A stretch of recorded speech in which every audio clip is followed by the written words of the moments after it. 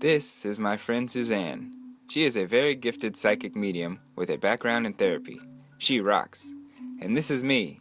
My name is Tynan, and I'm a filmmaker and late 19th century fashion enthusiast. We decided to come together and explore different spiritual and metaphysical topics in a relaxed and fun way. The first topic we are looking at is ghosts and earthbound spirits. Now, as a medium, Suzanne is bombarded by spirits all the time, so going to a cemetery is probably the last thing she wants to do. But I didn't really think that through, and I decided that we should go to one to film our episode introduction. Here we are. I see that. So this is a cemetery, and I thought it would be the best place. I see that. I just thought it would be the perfect place to do an introduction to our ghost episode. The perfect place for you. I'm psychic for crying out loud. Oh, yeah. You see this hair? Way it's spooked up? It hasn't gone down since the last reading I did. I said, do not take me to a cemetery. Remember? I totally forgot. I do not want to go in there. So what you're telling me is we're not going to go in there? Exactly. Let me see. All right, I think I have an idea. We'll make it seem like you're in there with me. Okay. Hello, everyone. This time, we're going to take a look at ghosts. And we have some awesome interviews in store for you. What do we have, Suzanne? My friend Helen's here. She came down from Reading to clear someone's house of ghosts. All right. We also have Loyd Auerbach. He's a parapsychologist and paranormal investigator. When people see ghosts in their house, they call him. It's like the real-life Ghostbuster. All right. Well, come along with us on this amazing journey. All that And more. on this episode of Spirit. Y'all.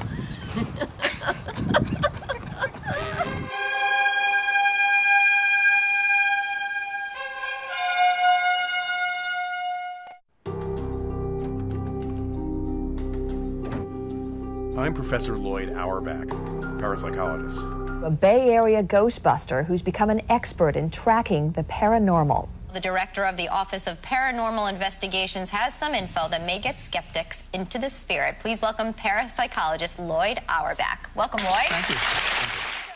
When people feel that they're experiencing a haunting or the presence of a ghost, they call Loyd. He uses many techniques in his 30-plus years of experience to figure out what's really going on. What I respect about him is that he always looks for logical explanations before making any conclusions. I had a family here in Martinez a number of years ago who reported all sorts of things going on. You know, they're getting headaches and dizziness in one spot. The spot felt bad in their house. There were balls of fire that were appearing in their house. There were noxious odors floating around the house. There were all these different things going on that, you know, if you gave their summary of what was going on to a TV show, one of the ghost hunting shows, they would immediately say there was a demon in the house. They contacted psych department at Stanford, they contacted folks at UC Berkeley, they contacted the skeptics. They were told in every single instance, all four of them are having these experiences, right? They're told in every instance that they're crazy. Mm-hmm. They finally called the Martinez Police Department, who referred them to me. I love it. I went in there and it was a complete environmental nightmare. It had nothing to do with anything psychic. The house was slightly off its foundations. They were leasing the house. There were fumes from the landfill on the other side of the hill. There was static electricity because it was dry air and they were directly under power lines. Oh, wow. So static was causing the methane gas to catch on fire. I mean, there was a low frequency hum from the power line, so they were getting headaches and even seeing shadows out of the corners of their eyes.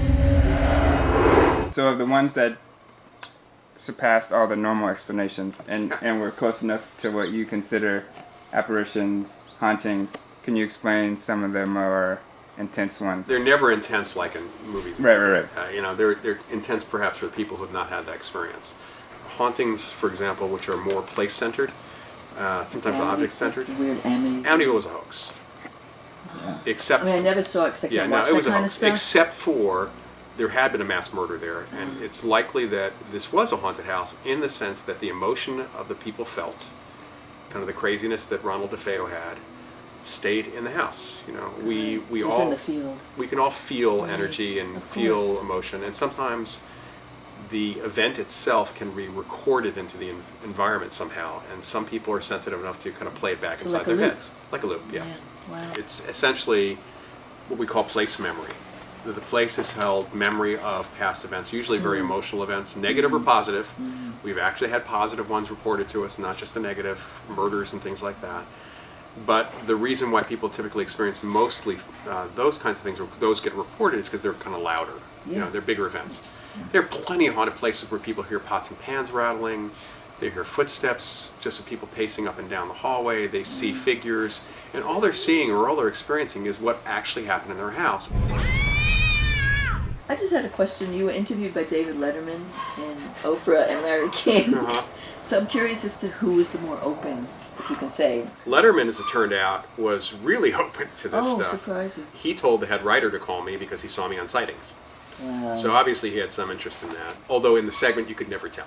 Oh, okay. Yeah. Because he cracks jokes. It was all jokes, the whole thing. Jokes. He was just making fun of everything at that point. Now we're inside the ghost house. Look at this. Hey, Suze, how are you? Good. Thanks for coming down from Reading. You came all the way down to the Bay Area. I did. Just to do a house clearing. That's correct. My house is a mess. You can come clean it anytime you want to. No, thank you. Yeah, so I came down to talk with this young couple and to do a house clearing. To me, what a house clearing is, it's someone has picked up on some kind of energy within the home that is disturbing to them. And it can be all kinds of things. It can be, if I can explain a little bit if you like, the difference between how I view a spirit versus a ghost.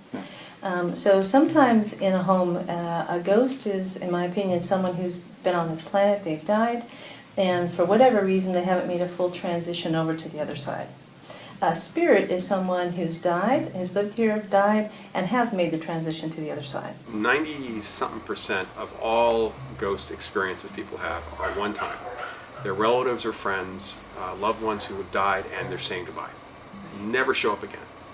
And that's like the largest majority. And so for those people, they've moved on. I like that, the fact that spirits can come through and someone could consider them a ghost, but they're just coming through because they can. They have that ability.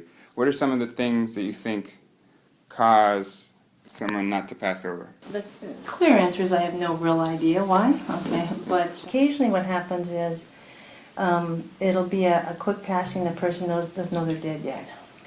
And then it may take them a little while to figure that out. Mm-hmm. Sometimes people don't make that full crossing because they're fearful of what will happen when they get all the way over. That's what my belief is. Then there are those people who say that they're afraid because they don't know what's next. Mm-hmm. You know, the thing that's really interesting is that mediums talk to people who are kind of coming back from wherever it is they are. But when we're talking about the ghost cases we're mostly dealing with, these are people who haven't gone on. And so they don't know any more than the rest of us who are alive what's next. And a lot of them are afraid, partly because of their religious upbringing, maybe because they saw TV and movies. You know, there are very human reasons why they stay. And sometimes people really enjoyed where they were, and they just didn't really want to go. And then there are the people who don't want to leave their family, the people who don't want to leave their possessions, that they don't want to leave the locations. For example, if it's a case where the person doesn't want to leave their house and it's bothering the family, because sometimes we have this is my house, this is not your house, you have to leave kind of thing. And it's not an evil thing. People put this word evil on things that are so ridiculous. And somebody who's died, who was not exactly the nicest person, was kind of an ass in life. If they're still an ass, that doesn't make them evil. One of my earlier cases, I had a whole family that was seeing a woman who had lived in this house her entire life. And she passed away. A year and a half later, when they bought the house through an estate sale, the woman came with it, apparently, and she was being seen by everybody, but they weren't talking to each other until about a year or so into this, and their 12-year-old boy started finally talking about having conversations with the ghost, and the mother, of course, said, "What ghost? What are you talking about?" And he said, "You know, the ghost Mom, that you and Dad and Grandma are seeing, but aren't talking about." The rest of the family, when they were seeing the woman initially, ignored her. Mm-hmm. In his case, he apparently, when she waved, he said he waved back, and she stopped, and she started talking to him. In that case, they weren't afraid. And they kind of liked her, and she stuck around. Last time I took the family was probably about 10 years ago, and the ghost was still there. This was from 85 to 2004. I mean, she was still there and still connected to the family, and she stayed with her house because they really liked her. She was kind of like a de facto grandmother for the kid as he grew up. Apparently gave him a lot of advice on girls, too, when he was a teenager. He was very happy. And very popular, too. I love it. But being afraid to move on, being uncertain, is probably the biggest issue. So we have to kind of, first of all, explain to them what's next, because there's a fear factor, too. Really kind of do a little counseling. Mm-hmm. And sometimes we'll bring in a psychic or medium to show them the light, so to speak, where they can go, for them to let go, to move on at that point. It puts an image in my mind instead of someone coming in and doing a ritual chant or something to let the spirit go on. It's more like they're asking the spirit to sit on the leather couch and leave a check, honey. It's pretty rare we push people out. In fact, pushing people out of a house works better if you annoy them out of the house rather than you psychically try to do anything. What would that look like, annoying them out? Oh, playing the same music over and over and over again, preferably music that they don't like. Drum and bass. If it's a old white guy rap music works really well. I love it. If it's somebody from New York, if it was me, it would be country music, probably would get me out of the house. So. And now it's time for checking in with the crew. So Natalie, do you believe in ghosts? I do. Yes, I believe in ghosts. I believe in ghosts. Do you have any stories? Well, the only one that comes to mind is last Halloween. We were at a bar, and this girl, we were dressed up in our 1800s garb that we had in your wedding, and this girl came up and wanted to take our photo. And she takes her photo with her iPhone, and she looks at it and she says, "Oh, there's some weird light on you." So she takes the photo again. She's like, "Oh, hold on a sec." She takes it a third time. This light was just on me. It was like a huge white circular light, and then but it was like moving a little bit. And so I said, "Oh my God!" We all looked at the photo. We were all kind of thinking the same thing. We were all freaked out. And she took it one more time, and then it was down here. So it had like moved off of me in the series of photos. And she was really freaked out, and she just left. And I said, "Wait, I want those photos." I never got the photos. But I'm convinced it was some sort of orb. Wow. So if a ghost came along, would you be scared? Oh, yeah. No, I'd be excited. Would you try to talk to him? Yes. Well, I don't know if I would verbalize it. I probably would just sit there and look. I don't know what I would do. But you're open. I would totally be open, yeah. In fact, after that orb thing, so she said, yeah, sometimes you can capture them because of the light from the camera or whatever, the flash. So I go home and I took my cell phone. I'm like taking a ton of photos of myself in the room, trying to find more orbs. I had like tons of them, but nothing happened. Put the dress on again. Take some shots. See if it has to do with the dress. Yeah. Maybe it opened the door to a being from that era. Yeah, maybe. Or she just wanted a drink, or hey. Has there been any newer cases where, while you're investigating, you have witnessed or experienced? I've certainly experienced a lot of things over the years, and I kind of pick up very often. I usually keep it very close to myself, close to the vest, when I'm feeling like there's some presence or something there, or just something going on, because I'm the one collecting all the data, and I don't want to include my own data except as personal confirmation. But probably the place where I've had the most experiences has been, in terms of ghostly experience, the Moss Beach Distillery restaurant down on the coast is the place that I've had the most experiences. This is a place where people come for the food, but also for the spirits. Who is this mysterious blue lady? The legend has it that she lived here about 70 years ago during Prohibition, and that she would meet with her secret lover on this beach below. The legend also says she died a violent death, and until this day, her ghost returns to look for her lover. Very friendly woman who liked to wear blue dresses. It's hard to do. Oh yes, there's actually several. In a blue dress? She used to be in a blue dress. She hasn't worn a blue dress probably since the early 1990s, when she got fashion advice from a Japanese psychic. Seriously? Yeah. I love it. That is so we were wonderful. shooting something for Japanese TV, and it was a very, very silly thing. But the psychic is having a communication with her, and pulls out a fashion magazine, starts flipping through, and within a month, I'm hearing from the manager and other people that there's a different ghost there. I said, "What are you talking about?" I said, "Well, there's a ghost in a black cocktail dress."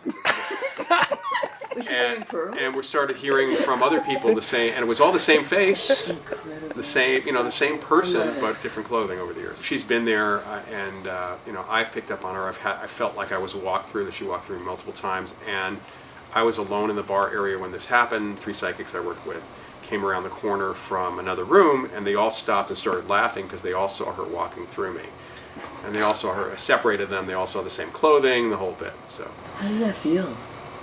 Good. Felt pretty giggly and good. We've also, Annette and I hit upon something that was very bizarre. We did because of the Moss Beach Distillery. we were talking in a kind of a seance situation, which is not in the dark. It was a spirit communication situation with a lot of people around with her talking to the ghost. And people were asking questions like, what was your favorite food? What do you miss most about being alive? And then somebody asked, was there any place when you never got to go to when you were alive? And the answer was Paris. And I said, well, you're a ghost. You can go to Paris. You don't need a plane ticket. You can just go. And actually, several months later, I got an email from a medium in Paris who tracked me down because a ghost had said, find a parapsychologist named Loyd in California. And I'm the only Loyd in parapsychology. So it was pretty easy for her to track me down in that sense. So that was kind of, and the message was, I finally made it to Paris. So that was the message. So we tell ghosts that they can travel.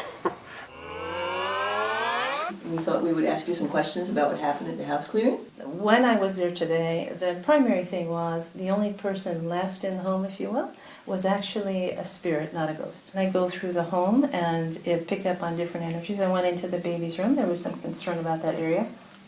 The only thing in that baby's room was a grandmother who was thrilled to death that there was a grandbaby in there. The energy in the house was grandma, not some of these other things. One of the things that people often experience, I've had different people call about when there's a new baby in the house. That commonly, it's not that there's anything bad, but if I'm dead and I have a grandbaby, I'm going to pop in and take a look, okay? So I'm going to do that, and that's kind of when a lot of times that you pick up on, and usually they're so excited about it. The babies are wonderful. So, and then how I also do the house clearing, for me personally, I just take some roses and I put in some water, and then I say some prayers over that, and then I kind of clear the house with the rose water. And then outside the house, I go around the house, and sometimes I'll sage outside. In this case, there were some outbuildings, so I'd sage that. And then I do put salt all around the house. And why? I don't know. But other people did it, and it seems to work. That's how come I do I it. thought it was just for vampires. I don't know. And do you use kosher salt, or do you use some fancy schmancy purple salt from the Tibetan Sea over in the Arctic? I happen to use depends the on best. right time, and it depends on who the ghost is. That's exactly right. It's the Bay Area gourmet salt.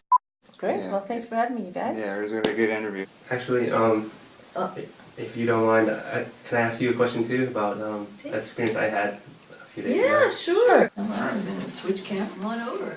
Last week, I saw a figure appear through my doorway, and it approached my feet, and it was kind of a shorter stature kind of girl. It looked like a girl's figure.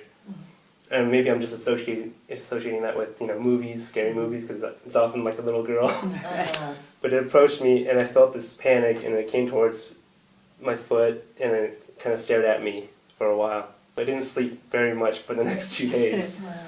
The second day after, my roommate told me about her. She had the same thing, the same night. She saw a blob on the ceiling, and she's on the floor above me, and she saw a blob, and it was giving her like this malicious, like terrorizing feeling, like it was approaching her. Right. So both of our experiences from that thing was about the same, and she was equally terrified. Me and her were exactly the same. We know that there is the possibility of the paranormal or spirits. Right. We're not closed-minded at all, but then again, we're terrified of it. So we're in denial. Right. So we often want to just forget about Shut it. the door. And you're both sensitive, it sounds like. We're very sensitive, I feel like, and no one else in our families are as sensitive as we are. What are your thoughts about this? What we have happening here, from my perspective, is y'all have got the energy movement. We've talked about it. Both of you guys are pretty sensitive, and neither one of you probably have a freaking clue on how to close down. I could be wrong, but it's just a guess, okay? So one of the things that I would do from a practical perspective, and you're a lucky man, I happen to bring a tape just for you, because I've had a lot of people that had the same issue that you're having. So what I've done is I made a little CD, it's 10 minutes long really, and what it does is it helps you figure out how to close down. So, and I would absolutely do it before you go to bed, okay? And you might give her a copy of it too, so she could do it as well. Okay. What happens, I think, is that people that are a bit more sensitive, they have it's like they have the door open, okay? And the chakras, they don't close them down. And when you don't close them down, it's a little bit like, that old commercial, we'll leave the light on for you, Motel 6 or whatever. You're leaving the light on for folks, okay? And what we want to do is turn the light off. Helen gave me a CD on how to close down my chakras and just kind of get grounded. I tried that a couple nights and actually I felt better, like I was doing something proactive about it. And I burned sage in my room too, and like, so yeah. Are you sort of skeptical even though it's working?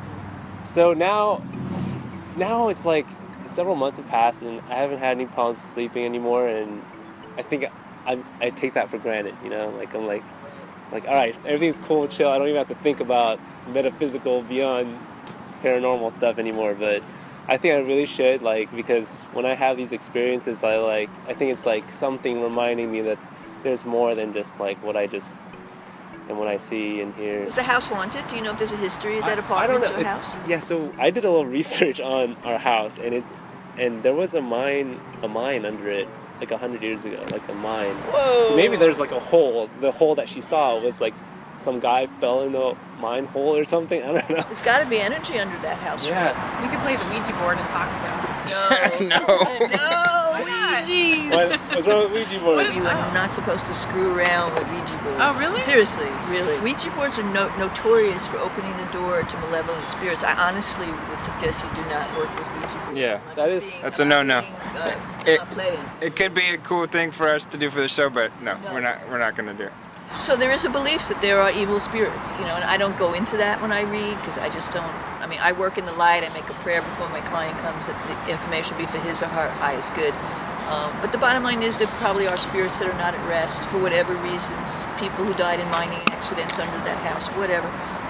You know. Maybe some of them just want to have fun, you know? Yeah, right? and for the fun for like them, I Ouija feel board. fun for us, right? Yeah, because a Ouija board is like, it's like people trying to like have fun with spirits. So the spirits are going to kind of like, hey, stop messing with us. We're going to mess with you. Yeah, well, my brother asked the question of the Ouija board, am I going to have a career in television? And the Ouija board said, yes, getting up and down and changing the channels. I swear to God. It was before we had remote control, you know, my old lady. So yeah, I mean, so there's a humor there, but I just advise you. Right. Yeah, it's not a good. That's interesting because that's like one of the instances that when It's a portal. Like Hollywood kind of like is telling the truth about that because there a lot of like horror films show the Ouija board and it's like it causes some. I think some it's a crazy portal shit. into a whole other energy that we just don't want to mess with. Yeah. They don't throw people across the ground. Right. They don't have a lot of psychokinetic ability to begin with. In fact, it's rare for a ghost to move something. It happens. It's rare. Yeah, it does happen. When it happens, it's psychokinesis. It's mind over matter. But it's pretty rare. It's not something that they can physically do. But here's the thing. Anybody who's open, if you're seeing the ghost or sensing a presence, you may actually feel like you've been patted on the back. You have not actually been patted on the back. You have not actually visually seen the ghost. You have not heard the ghost.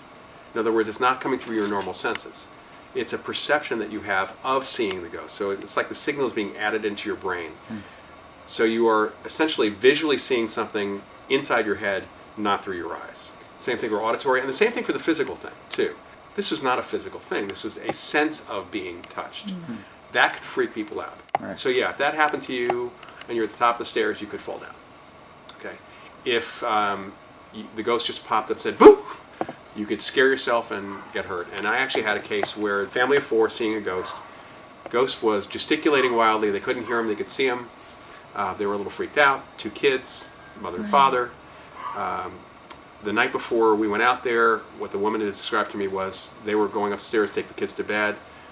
They saw the ghost at the top of the stairs. The husband got so freaked out he turned around and ran into a wall and knocked himself out. Oh, She described a moment of silence, the ghost looking very surprised, the kids looking very surprised, the woman looking very surprised, and then the kids burst out laughing. You know, the woman said, I almost could see those little birdies like in cartoons floating around his head. Because it was just like a cartoon thing. When he came to, the first thing he said is, he did it, he threw me into the wall. And the kids, apparently kids were like, no, Dad. You did it to yourself, Dad. Bar and restaurant called the Banta Inn out in Tracy, and where most of the activity has been physical over the years. It's died out. It's kind of quieted down over the last few years, but the guy who died in the '60s, the owner, he seemed to be sticking around and moving things around. And we actually got stuff on camera when that happened, you know, with this location, and none of it was evil, in fact, or bad or anything like that. The owner, though, described a couple times where people were freaked out and split, and the best story was 2 guys sitting at the bar teasing the bartender and the owner about the ghost story because they didn't believe in ghosts. And a quarter in front of each of the guys, in front of their beers, just jumped up on end. And they looked at it and they ran, leaving all their money on the bar. So I love it. I'm sure they told the story about, you know, how the ghost did something to them. It's like ghost hunters today. If you watch these watch the YouTube videos, one of the most common things reported with the EVP, the electronic voice stuff, is a voice yelling, "Get out!" You know, and if you look into these, and they say it's an evil ghost in the house, they immediately decide it's an evil ghost. Well, I'm sorry. You take a bunch of people with all this equipment into a house, tell the people they have to leave so you can turn off the lights and do an investigation, and start yelling at the ghost, you know, why don't you come out, come out, come out. Yeah. Of course you're going to yell, "Get out." Yeah. I'm actually surprised that they haven't gotten certain 4-letter words. Cause, Really? Because I would be a lot nastier than just simply "get out." In my belief system, and I forgot to mention that, whatever I believe is absolutely true. So just so you know that. The biggest problem I see with folks when there's an entity or a ghost, if you will, in the home, most of the time what happens is that the person themselves gets freaked out about it. The thing that drives me insane about those haunting shows on television is that you'll see somebody there and they'll say, "Oh my God, they're killing me! Oh my God, I can't believe this!" And they're so freaking upset about it, and there's a lot of fear. And lo and behold, they've had 50 other people live in the apartment. They're also freaked out. So you've got this freaked out energy in the house, okay? Right. And once you have that energy, I believe that if I'm a ghost and I like freaked out energy, you feed off of it. Then I'm going to reinforce that. People say we shouldn't exist, but if we didn't exist, these people would be on medication. They would be, you know, they would be thrown away as crazy. You know, the very fact that people can't talk about their experiences in public, people still feel really restricted, is because of mainstream science saying you're all crazy. Well, it shames people. Yeah, it does. So, last question: what would be your hope for how our culture begins to embrace or open up to? My hope is that people just start admitting that they've had these experiences. Feel comfortable. Yeah, you know, over the years I have talked to so many, when they find out what I do, I've talked to so many people who have told me their stories, either their ghost story or their psychic experience, and I always ask them, "Have you ever told anybody else?" And they'll say no, including their husband or wives, who then later on, the spouse tells me a similar story that they've had. So people have very common experiences.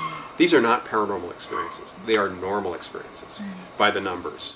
They're just unexplained for a lot of people. And if we'd all fess up and say that we've had these experiences, then someone would say, well, we should probably look into them because so many people have had them. And there'd be more money for other researchers and for our field. But right now we're so beset upon by the skeptics and critics who won't even read the research because they think they know better. You know, makes it tough. Yeah. Well, thank you so much. Yeah.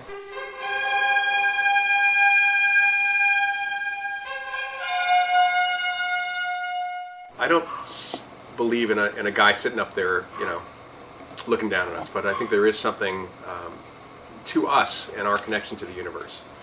And usually when people ask me my religion, I tell them I'm a Jedi. That's about the best description of what I believe as anything else. It really is. That there's something connecting us all, that it goes through us all, that it does make the universe interconnected, but it's not necessarily intelligent in the way we think of intelligence. It's not separate. There's nothing separate. And there's nothing separate from us. Yeah, we're a part of it. It's part of us.